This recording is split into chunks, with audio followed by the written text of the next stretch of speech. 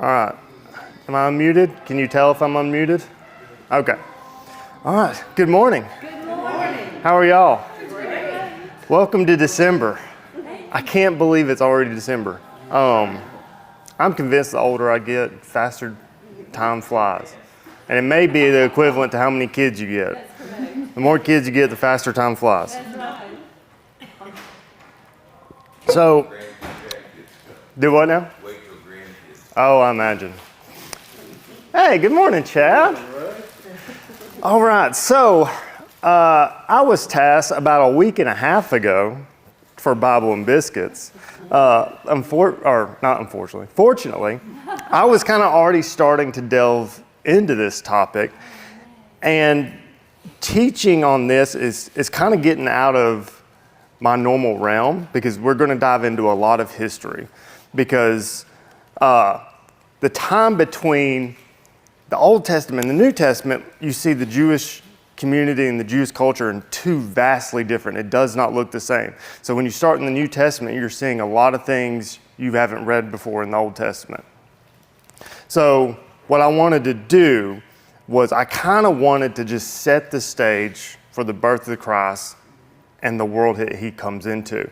And to do that, you have to understand the 400 years in between Malachi and when Christ comes, which was about 6 BC. So I spent an entire week and a half studying for this, mainly because I had to. The other part of it was, this was so interesting and I was so excited about it.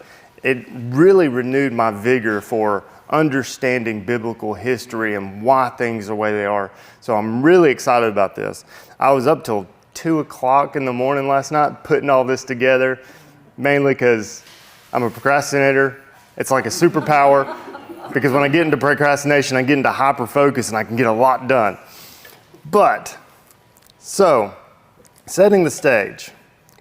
So, Old Testament ends, so Malachi is the last prophet in the Old Testament. And after that, God doesn't use anyone else. So there's no voice, there's no prophet, no scriptures. So thus it's labeled as the 400 silent years.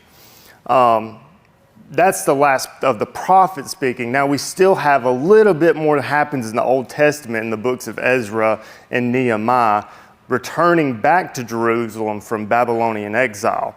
So the Persians take over the Babylonians, and over 3 different times, they slowly return back to Judah. And one of those times was under Ezra, and then the other one was under Nehemiah.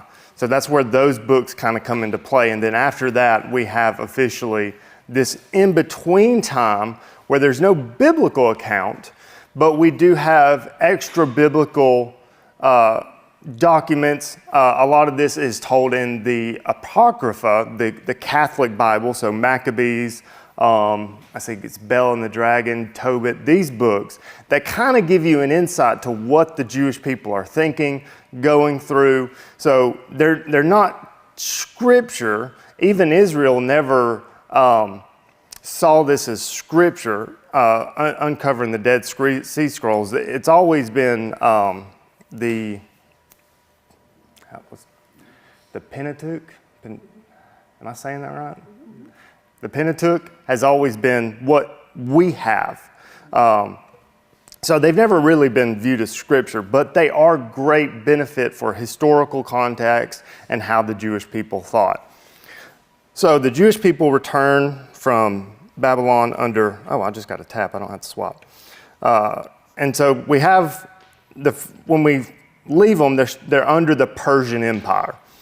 And they go through several. So under Persian rule, Persians are a little bit more tolerant, and when they capture Babylon, they allow the people to return to homeland and worship their own gods. Jews are allowed to return and rebuild the temple. This is where we get Ezra, and later Nehemiah is allowed to rebuild the walls of Jerusalem. But the Jewish people are still heavily taxed. Under this period of 400 years, you're going to see them go from like being oppressed and ruler to ruler, with a short time that, they gain autonomy in themselves, but it doesn't last long and it gets crazy. So the Jewish people are heavily taxed, but during this time, Ezra begins some spiritual reform because they went into exile for being disobedient to God and worshiping other gods. So the prophets gave them plenty of warnings, and though they didn't listen, they got sent into exile. So now, after this exile is over, they get to come back, they build the temple, they build the walls of Jerusalem, and though the temple was rebuilt, in their mind, they're thinking, we've rebuilt the temple, Messiah's going to come, and we're going to have our day. It's going to be our time. Temple was built. The Shekinah glory does not return. The Messiah doesn't show up that day, next week, next month. So they're in this place where physically they're out of exile, but spiritually they've never left because the Shekinah glory never shows back up in the temple. So that leads, after the Persian Empire, begins to, over decades, have wars with Greek city-states, and finally, you have a war that we call the Battle of Thermopylae. And this is where we get the story of the 300 Spartans. And it was basically this battle that kind of woke Greece up and said, okay, this Persian things, we need to quit bickering among ourselves. So King Philip II, maybe in second and third, I'll get to it in a minute. He unites these city-states into one nation to overthrow the Persian Empire. So he's going around and getting them all together into one nation to basically overthrow the Persian Empire. So after his death, Philip's son, will be known as Alexander the Great, in 334 BC, begins his conquest to defeat the Persian Empire. Now, Alexander the Great was taught under Aristotle, so very Greek philosophy. And their belief was that Greek was superior to all other cultures, and all other cultures should become Greek. So that's the mindset that he's being taught under. Also, his father, Philip, was an excellent war strategist and general. So you can see between that and the philosophy that he was a force to behold. And that rewarded him the name Alexander the Great. Not like he was a great person, but he did a lot in this short time that he was alive. So in 331 BC, Alexander defeats the Persian Empire, and then he continues to take territory until he reaches India in 326 BC, where after years of warfare, his men are tired, exhausted, and revolted and protested to end the campaign. So they've been going for 8 straight years. He leaves, conquers the Persian Empire. Then he's going to say, I'm going to continue over to India. And he gets to India, and it's different, culture. He's got to deal with the Himalayas. His men are tired. They're fighting elephants. If you've ever watched Lord of the Rings, in the last movie, you have the giant elephants that are made.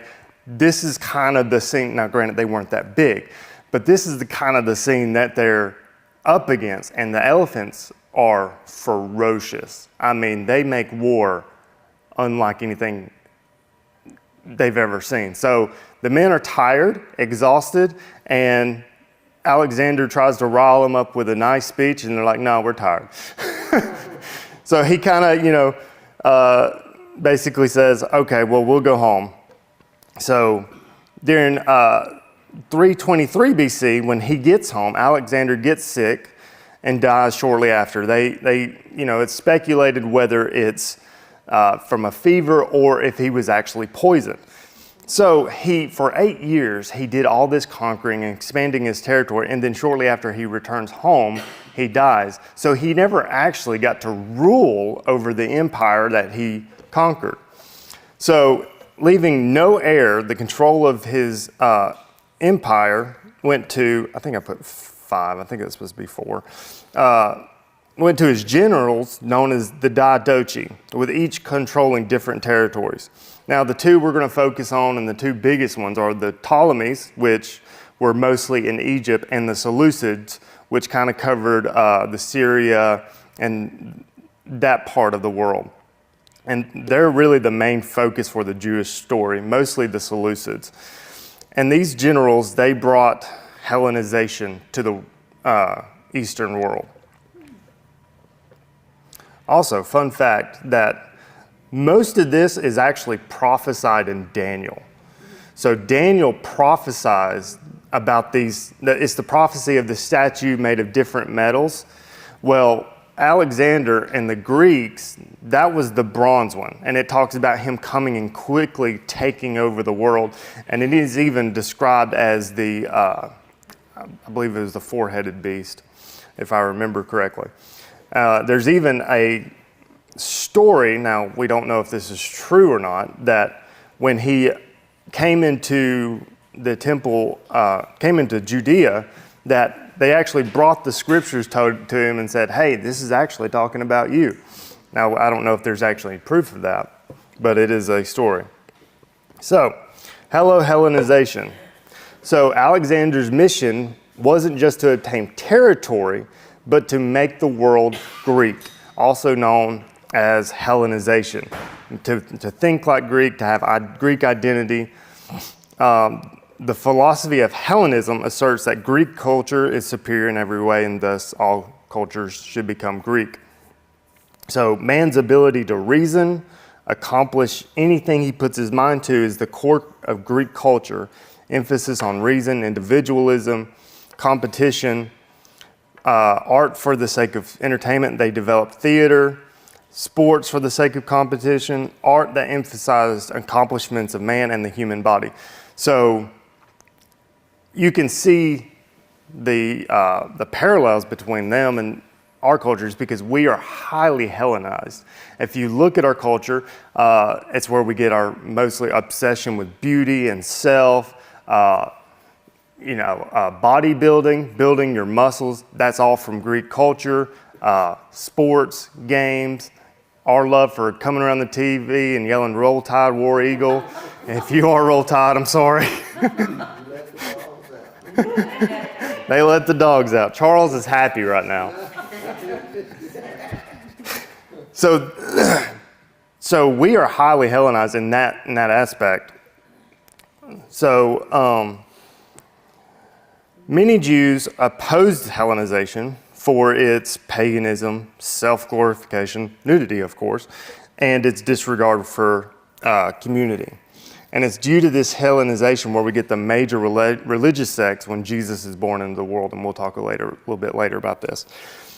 So this thing of Hellenization, it plays a major factor into this time period, because its whole philosophy is to basically absorb other nations and make them Greek. And then, of course, you're going to have the Jews that are going to be very opposed to it, and we're going to have a lot of conflict and a lot of problems. So, under the Ptolemies and the Seleucids, under Ptolemies, Judah had mostly autonomy. So Persians and Ptolemies were pretty kind to them, except for them heavily taxing them. Pretty much just allowed them to do them things, worship your God, we don't care, just enjoy Jewish life. And it was at this time that Judah was kind of a temple state, kind of similar to how the Catholic Church was. The church was the government. So where the priesthood, which was, Zadok, the Levites, that line of Zadok where all the priests of that line were supposed to come from, that's where they also were the government and the politicians. So the Seleucids, after losing some territory, began to look towards the Ptolemies and the Judea area, because around this area was kind of like the trade route, and this is where everything came through, so that's where they wanted to focus. So they start taking control of the territory, and during this time, Antiochus III, the Seleucid king, he incurred a sizable debt that he and his successors would then put a heavily taxed burden on Judah in order. So they kind of developed a sizable debt with Rome. So Rome's starting to really take territory in this time, and we'll get into that a little bit later. But during this, they incurred a sizable debt.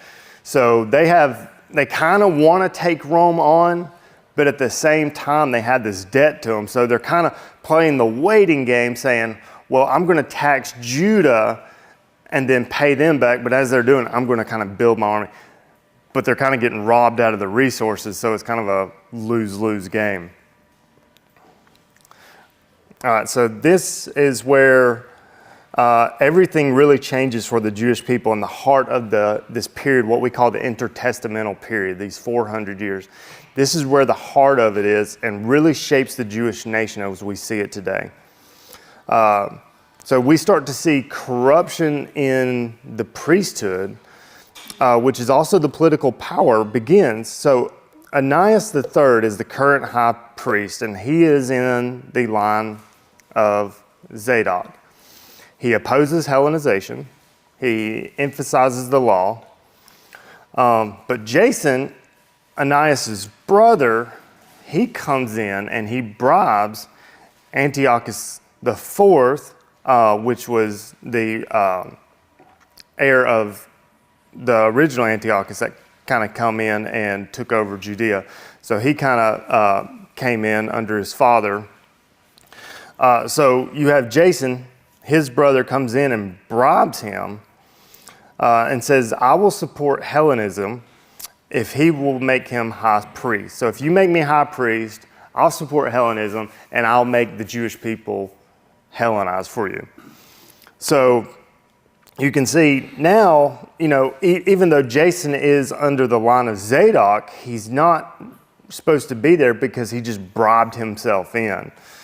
And then later, in 172 BC, a man by the name of Melanus, who's not of the priestly line, also bribed Antiochus IV, who later killed Ananias III because he called him out for stealing gold from the temple. So now we're starting to see some real corruption come in, because not only are you not of the priestly line, which is ordered by the law, the Mosaic law, but now you got in because you bribed the ruler of that land, the king. So you're seeing a lot of corruption come in, and I have to say this, there's so much more that goes on this period. I'm giving you the skim details because there's so much, and also because I'm not sure how much of time this is going to give me, if I'm going to cut it too short or go too long. So I may cut it too short, but that's okay. It's just important to know this. That way, when Jesus comes in, we get a really good idea of what's going on and how the Jewish people feel. All right, so now you have a priest of Melanus, who is not of that priestly line, like I said, killed him. So during this time, you have Antiochus. There's a lot, and I would describe this time period and the next time period up until Rome as very what many people would call Game of Thrones, and that good Christians like yourself don't watch the show, I understand. But basically what I mean is there's a lot of treachery, there's a lot of backstabbing, there's a lot of upheavals, slaughters of people. It's crazy. So it really primes the pump for the Jewish people hungering for a king to come over and take over and save this. And we're going to see that more and more. Need some water. So during this time, Antiochus IV, he returns from a failed attack on the Ptolemies in Egypt. So he decides he wants to take on the Ptolemies down in Egypt. He kind of wants to take over. So he kind of does some trickery and gets one of them in, but then he's going to come in and, basically backstab him and take over. He's kind of intercepted by Rome, and Rome kind of intercepts them and almost draws a circle around them. And this is kind of where you get the draw a line in the sand and said, stay in the circle and don't do anything until we tell you. So he kind of returns from this failed attack to find that a failed revolt happened when he was away. So while he was away, Jason, the previous high priest, the original one that bribed, thought that Antiochus IV had died in Egypt. So he's like, well, this is my time to go and take back my power from the not priestly line who bribed himself in, Melanus. So he staged an attack, thousands die. He fails the attack, fails the revolt, and so this is kind of what Antiochus IV kind of comes back to and is extremely angered, one, from being under high tax under Rome. He's embarrassed by Rome, and then he finds out while he's away he has this revolt. So when he comes back, he gets very offended, and then he kind of goes scorched earth. So before, where it was kind of like culture was seeping in as far as Hellenization into the Jewish culture, and they were very opposed to it, now he is basically forcing Hellenization and like, you're going to do what I say or you're all going to die. So he forbade all Jewish practices, festivals with the threat of death. He banned circumcisions and even burned copies of the Torah. So he sets up an idol of Zeus in the temple, and he sacrificed pigs on the altar. Now we already know that pigs are unclean animals to the Jews. So this is even further an insult to them. And this is actually what is known as the abomination that caused desolation, which is mentioned in Daniel 11:31. Remember, I said Daniel prophesies a lot of this that happens during this period. So many of the Jews compromised and joined pagan practices, but many resisted. And this leads us to the Maccabean revolt. And of course, this is the revolt and the time period you would read about Maccabees if you ever wanted to go and study that out. So 167 BC, the Seleucid government goes to a Judean village of Modin to convince the priest Matthias of the Hasmonean family, so this family is the Hasmoneans, to sacrifice to Zeus. So he resisted. He killed the officers that came to told him to do it, and he killed all the Jews that were with him, the ones that had compromised. So he and his 5 sons fled into the hills and started guerrilla warfare. And a lot of the Jews were with them because they're like, finally, someone who stands up to this and takes them on. So they kind of started guerrilla warfare. And if you know anything about guerrilla warfare, you can think maybe Red Dawn or the American Revolution. You know your army or your group is not big enough to take on the whole army. So you kind of get to slowly chip away and kind of underhanded tactics. And they did so well at this that the eldest son, Judas, was nicknamed Maccabee, the hammer, for being so successful with Antiochus' army. So they were just hammering away, and so much that they got the name the hammer, which we get the name from the Maccabean revolt. So Antiochus, after suffering several defeats, withdrew his troops. So Judas goes back in, takes the city, and restores the temple on December 14th, 164 BC, in which this is the cause of the Jewish festival Hanukkah, which is celebrated. And fun fact, so Hanukkah menorahs, they have 8 lamps. And then, of course, but the traditional in the law is 7 lamps. And the reason they changed this is because I think they only had enough 8 candles to last 8 days, and this took 8 days to do. So they went back in, and after 8 days, and they still saw that one was lit, so they took this as a blessing from God, so therefore included it into the menorah of 8. Again, this is all stuff that I was just consuming. This is really interesting stuff. Like, you can see why I was excited about history now. So Judah expanded, and they became a nation of Israel once again.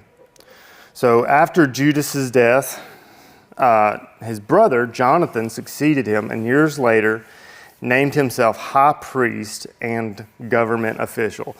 So this is where things get really dicey, because under the law, high priest and almost akin to king government official, that's not allowed. That doesn't happen, because you have the priestly line from the Zadok, and then the rulers always come out of Judah.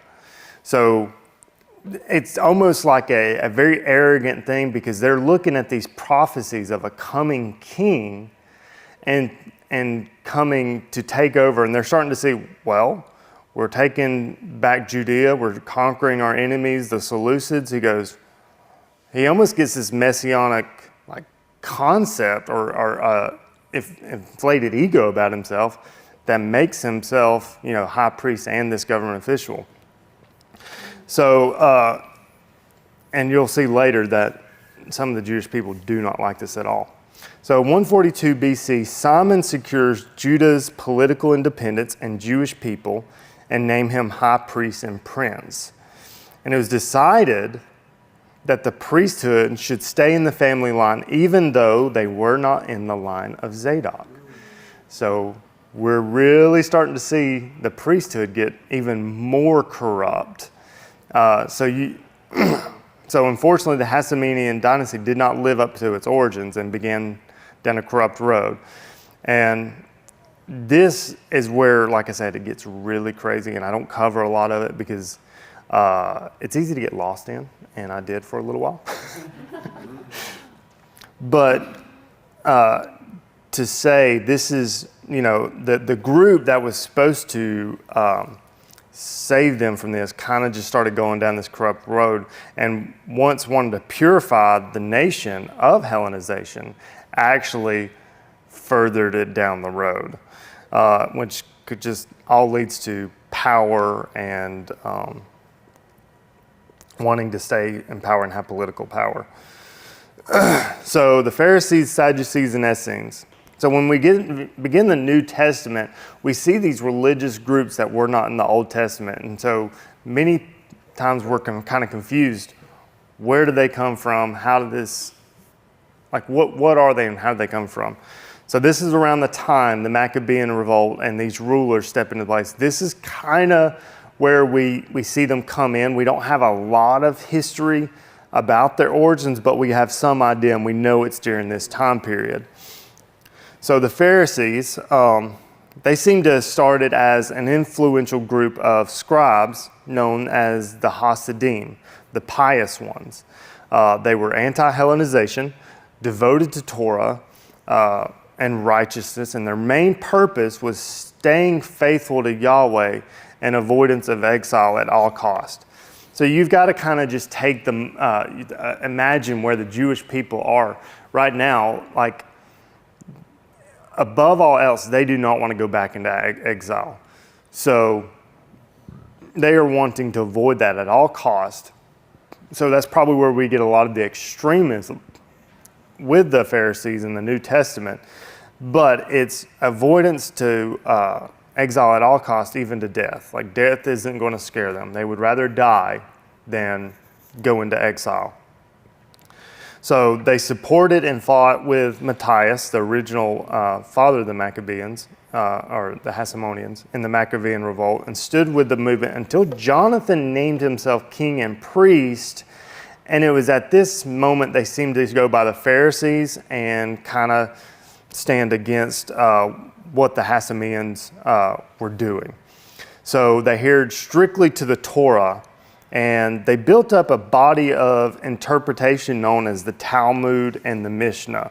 So the Talmud was kind of an interpretation of the scriptures. Kind of, what they like. What is work on this day? And this is kind of where they start to think of these things. And then the Mishnah kind of becomes an interpretation of the Talmud. So you can kind of start to see where they kind of get a little bit further from what the Torah is actually saying. Yeah, I kind of relate it to, there was a sermon teaching series years ago, and I think it was by Andy Stanley, and he called it Guardrails. And essentially what he called the guardrails was things you had put in your life that weren't, they weren't necessarily sin, but they kept you from going into sin. Like, it's not sin to eat with someone who's not your wife, but if you put that guardrail up, that keeps you from going. So that's kind of essentially what we're getting into, is they're kind of just setting up guardrails because, again, they absolutely do not want to go back into exile. They do not want to displease Yahweh at all. And another thing to think about is during this time, there's no new visions, no new prophets. So they have the law that they're gathering everything from and gathering interpretation, but no voice of God. So therefore, that's where we get a lot of legalism. So if we study scriptures in the law and the Old Testament and whatnot, but not have the Spirit of God, that's where you're going to get into a lot of legalism. Thankfully, we have the Holy Spirit. We have the Holy Spirit, we have the law written on our hearts, and we have Him to interpret that scripture. So that's kind of where, you see down the road where the Talmud and the Mishnah, it really comes from, they start focusing a lot on, Rabbi Zacharias says this, and Rabbi, what are some other Jewish names, says this, and this rabbi says this and this. So that's also kind of where you see Jesus. He goes, you've heard it said this, this, and this. He goes, but I say to you this. And that's why the Jews were so blown away by him speaking with authority, because it wasn't just Pharisees saying, well, this rabbi says this and this and this, and it's like, this is what they say. It was like, this is what I say. And that's what they were blown away by, because he just came with this definitive authority and said, this is what it is. And they're like, we've never heard anyone speak with such authority like this. I've heard it said also that some of them were still old enough to remember him when he was 12, when he went to the temple. Oh, yes. And they would have remembered, or God could bring that back to their remembrance. Mm-hmm. That, He's still baffling us. Yeah. Exactly, yeah. No, they were definitely old enough. So they believed that their salvation was the fact that they were Jewish and that God gave them the Torah. So there was no, we like to believe that the Pharisees thought their salvation was in their obedience to the law. They believed that their salvation was just the fact that they're Jewish and that God gave them the law, that salvation belonged to them anyways. That's kind of where, it almost kind of gives you like an inflated thing of ego, if you could say that. So they believed that obedience to the law would usher in the coming of the Messiah and establish New Jerusalem, and they were seen as leaders of the faith. Now the Sadducees, their origins seem to be really obscure. And this is where you kind of see the difference between the Pharisees and the Sadducees. The Pharisees were very anti-Hellenization and more traditionalism. And the Sadducees were more welcoming in the Hellenization and Greek thought and Greek culture. So they kind of first appear as the party supporting the Hasmoneans in the later dynasty. They kind of support them and like, hey, yeah, we kind of want this. And they were wealthy, aristocratic Jewish families that support Hellenization and eventually Rome in order to maintain power and upclass status. So the Pharisees were kind of your everyday religious, your pastors, your teachers, things. And these were kind of like and the Sadducees were kind of like the 1%, the elites. The Jewish people didn't really like them. They were hated by the average Jews for their compromise and their wealth holding. So they only believed in the Torah, the first 5 books of the law. They denied the existence of angels and the afterlife. And if you think about it, not believing in the afterlife can compromise a lot of morality for you. Like if you don't believe there's an eternity, you believe, what does it matter? So there's no afterlife. And this is why you see in the Gospels when they come against Jesus and be like, well, if a brother marries someone and dies, and then his brother marries, and this, well, who's his wife? Because they're basically trying to catch Jesus in a trap and say, well, what's going to happen in the resurrection? And he's like, y'all morons. So that's kind of where that comes in. They're trying to trick him, and of course that doesn't work. You can't trick Jesus. So that's where they kind of are. And then you have the Essenes, and the Essenes aren't really spoken of in the New Testament. So it's kind of more of an obscure. And their reaction to the Hellenization of Judah, believing it had polluted the land, retreated to the desert to live a monastic life of purity, observance of Mosaic law, and preservation of scriptures. So they kind of go to the Dead Sea area and live very monastic, almost like, monks, the Amish. They don't have the best clothing. They're not eating the best. The Dead Sea is kind of the area, if you would think of it like if we were going to train soldiers for war, we would send them to the worst area possible to suffer so they could just be tough. Well, these people lived out here. And it's actually believed by scholars because many were celibate, but some married children, but because of their celibacy, that they would take in orphans. And it's believed by scholars that it's possible that John the Baptist, because of his parents being so old, they probably died when he was younger, went to the Essenes, and this is likely where he came out of that community, wearing camel's hair, eating bugs, and having this astounded knowledge of scriptures and prophecy. So scholars believe he probably came out of this community. And it's believed that this is where the Dead Sea Scrolls came from, some of their libraries. So that's kind of the Essenes. Again, there's more to talk about them, but there's so much in here. I would greatly encourage y'all, if history and stuff is something that y'all really love, there's many YouTube videos and teachings on this that just dive deeper into it. Okay, so when Rome comes in from 104 BC to 63 BC, Judah went through years of civil unrest and civil war. So it's during this last part of the Hasmonean dynasty where I talk about a lot of treachery, leaders killing brothers, imprisoning their moms, killing thousands, and it's nuts. So this is kind of the culture that the Jewish people are under, is a lot of this is happening. Again, it's priming even more the pump of this hunger for this conquering king to come in. So Roman general Pompey, not Pompeii, that was destroyed by volcano, Pompey seizes control of Jerusalem. And then Julius Caesar appoints Antipater, the father of Herod the Great, as procurator, basically representative over the Judean area. And in 39 BC, Roman Senate names Herod king of the Jews, making Judea a Roman client under his rule. Are y'all seeing any parallels here? There's even more when Emperor, I guess it'd be Emperor Augustus came into power. There was a lot of spread. They wanted to spread the news about who he was throughout the land, saying he was the Lord of Lords, and spreading this gospel, this good news. There's a lot of parallels with that. All right, so do as the Romans do. When in Rome, do as the Romans do.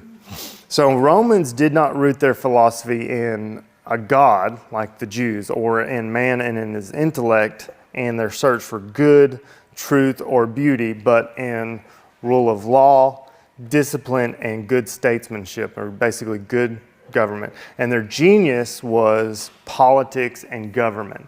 So the Jews, they got their identity from God. Greeks kind of got their identity from man and what they could accomplish. And kind of Romans, they kind of absorbed other cultures. They didn't really have a culture of their own. They were highly Hellenized, absorbing cultures of their own gods and games copied others. So the Greeks, you had Zeus and all them. Well, the Romans kind of come in and kind of just copy and paste it and said, well, this is Zeus is Jupiter and different things like that. And they kind of just made their own gods.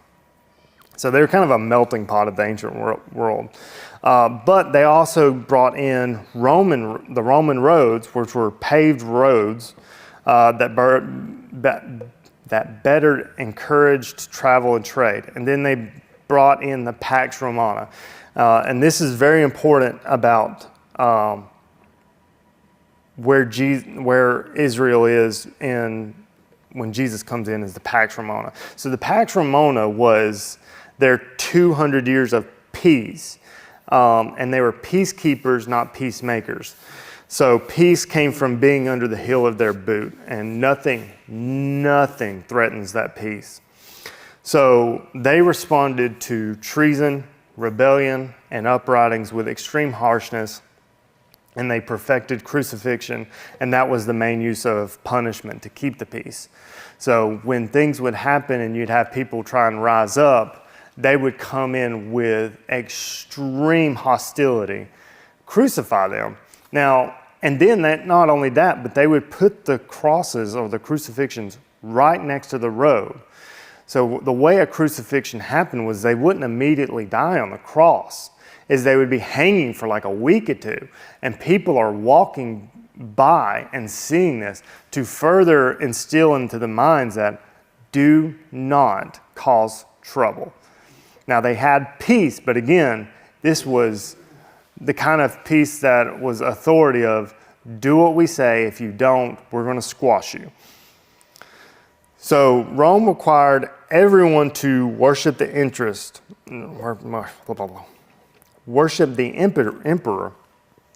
but this did not set well with the Jews. Remember, they will not worship any other image because they do not want to go into exile. They would rather die. And because they constantly rebelled, Rome would keep crucifying them, but they kept rebelling. So it was just like a cycle. And so Rome kind of got tired of it and going back and forth, and they kind of exempted them from worshiping the emperor.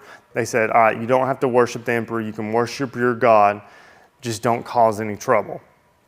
And also another thing to think about under this Pax Romana is the Pharisees or any of the religious leaders, they're not allowed to sentence anyone to death. Only Rome can sentence people to death, which is why you see when Jesus comes to die, like there's kind of a back and forth, because they have to prove that Jesus was blasphemy and committed to them.